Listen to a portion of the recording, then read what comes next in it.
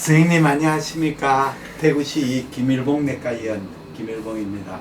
오늘은 2025년 8월 12일 화요일 오후가 되겠습니다.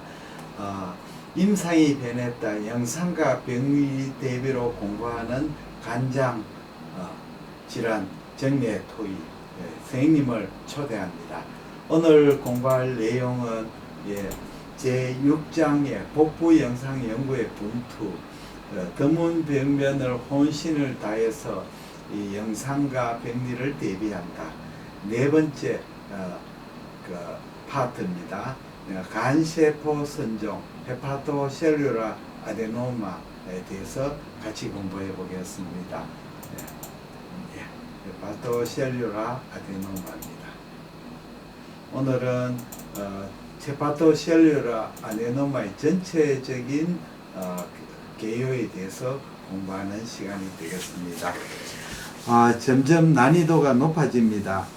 다음은 간세포 선종 HCA입니다. 전신 그리고 다양한 장기의 선종 아데노마가 존재합니다. 가장 유명한 것은 대장 선종입니다. 대장 아데노마는 전암병변이란 의미가 강하고 내시경에서 폴립이 절제되는 경우가 많습니다.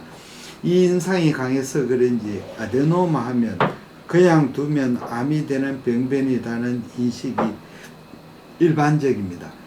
하지만 실제로는 아데노마에도 여러 가지가 있습니다. 암이 되는 것도 있어서 빨리 절제해야 하는 것도 분명히 있지만 좀처럼 암이 되지 않은 아데노마도 꽤 있습니다. 예를 들자면 유방의 섬유선종, 파이브로 아데노마, FNA 중에서 우연히 암이 나올 수 있지만 매우 낮은 확률이고 FA, 파이브로 아데노마는 양성으로 우리가 판단하고 있습니다. 영상으로 FA로 진단되면 보통 추적 관찰합니다. 그 외에도 타액선의 다행성 선종, 프레오몰피 아데노마는 암으로 될 수도 있지만 아주 확률이 낮습니다. 무엇보다도 타액성 경우에는 심미적인 외견적 문제가 있으므로 빨리 절제되는 경우가 많습니다.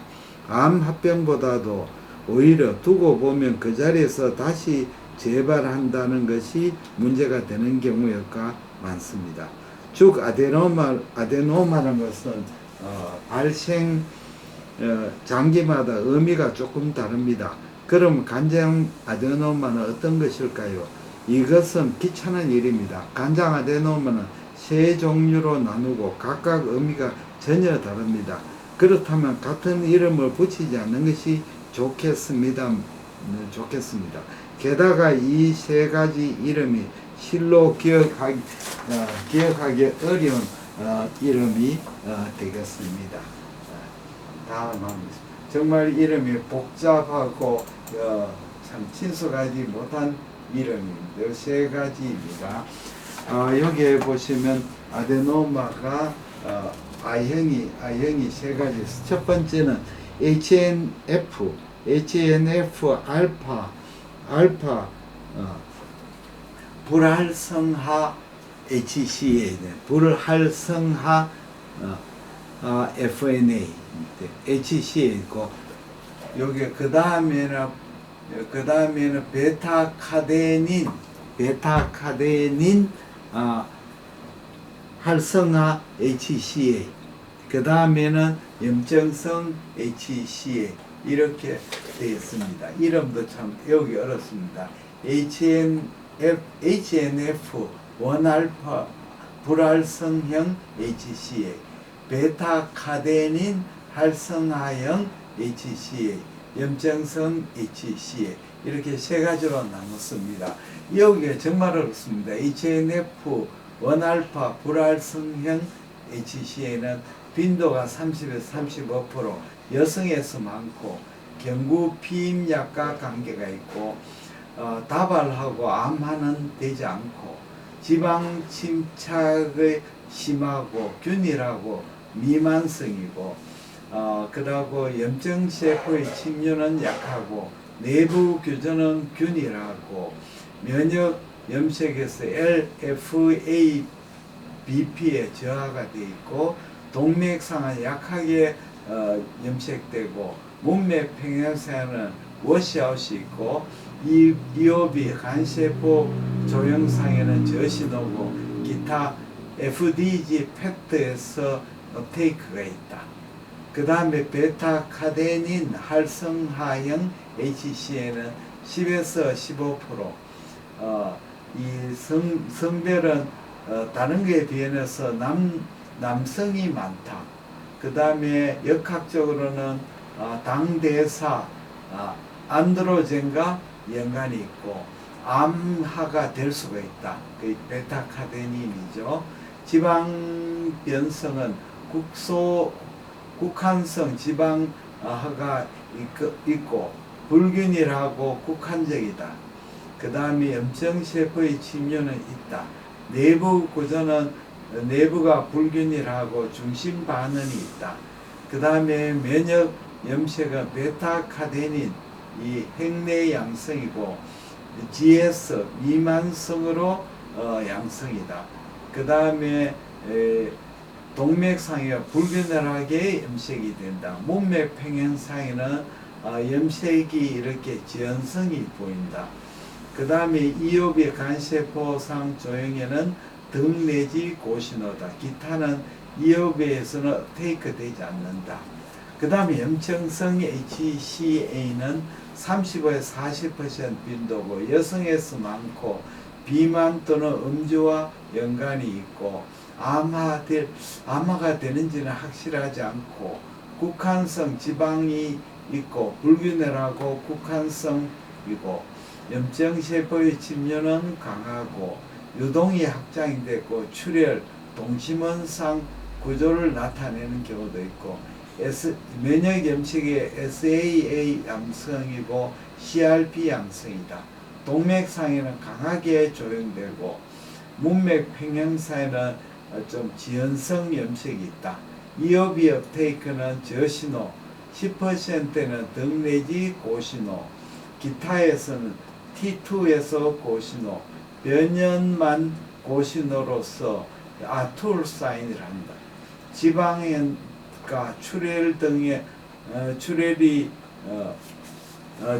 없으면 출혈이 없는 T1 고신호로 나온다. 지방이나 출혈 없으면 T1의 고신호로 나타난다. 이렇게 아주 복잡하고 다단합니다. 대충 나열해 보였습니다. 이렇게 영상이 다른 뱀은 그렇다고 할까 유전자 변이도 전혀 틀립니다. 이 전부 아데노마로 명명하는 것이 어떻게 생각하는지요. 덧붙여 이 분류는 2010년 WHO 분류로 나눠진 거로 2010년보다 이전에 간세포 선종을 이름을 붙인 것을 저자는 제대로 진단하지 않으면 안 됩니다. 예를 들자면 과거에 혈관 핵장형, 텔랑기 액타틱 FNA로 불리던 병변 등에 제대로 면허 염색을 시행하면 사실은 지금의 염증성 HCA였습니다. 그 텔랑기 액타틱 HCA가 지금 염증성 HCA에 있는 사례가 있습니다. 복부 영상 연구에서 다루고 있는 HCA 통계도 면역 염색의 항체가 갖추어진 후에 최근 10년 미만이 진단된 겁니다. 덧붙여서 1919년 WHO 분류에는 상기 중 베타카데닌 활성화인 HCA가 2형으로 분류되었습니다. 정말로 아데노마를 하는 것은 곤란합니다. 암으로 될 위험도 있을지도 모르는 베타카테닌 변이가 있는 것도 있으므로 양성이기 때문에 방치해도 좋은 것은 아닙니다. 또 저항률이지만 출혈 위험도 있고 합니다. 소니 헤드 계혹계 변이가 있는 것도 그래서 제대로 진단하고 분류하는 것이 그 의미가 있습니다. 제대로 분류하는 것이 의미가 있습니다. 네. 오늘은 HCA에 대해서 전반적으로 HNF, 원알파, 원알파, 불활성화형 HCA, 그 다음에 베타카데닌 활성화형 HCA, 염증성 HCA, 이름도 굉장히 어렵습니다. HNF, 원알파, 불활성화형 HCA, 베타카데닌 활성화형 HCA, 그 다음에 염증성 HCA, 세 개로 WH에 분류가 되겠습니다. 대단히 감사합니다. 안녕히 계십시오.